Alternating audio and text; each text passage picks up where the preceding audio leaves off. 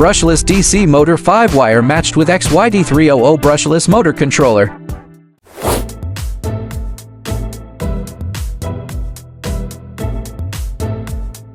After preparing the above materials, first connect the power cord to the converter, and connect the power cord to the live wire and neutral wire of the converter respectively. Then connect the positive pole of one end of the bridge connection wire to the plus V interface of the power converter, and the negative pole to the V interface of the converter.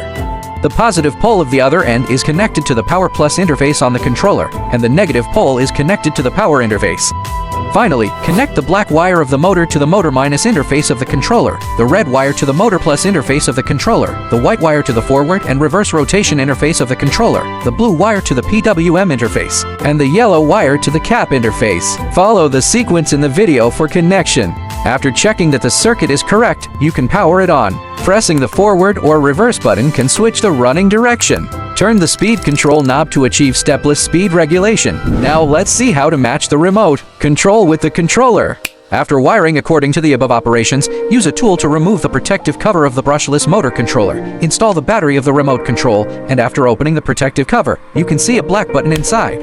We press and hold the black button for 10 seconds, then press it twice in a row to reset the signal source. After that, press each function button on the remote control in sequence. Note that the matching is successful only when the blue signal light on the main board lights up each time you press the remote control. After the pairing is completed, press the square button to realize the remote control function of switching the brushless motor between forward and reverse rotation. Press and hold or continuously press the upward triangle button to achieve remote control acceleration of the motor. Press and hold or continuously press the downward triangle button to achieve remote control deceleration of the motor.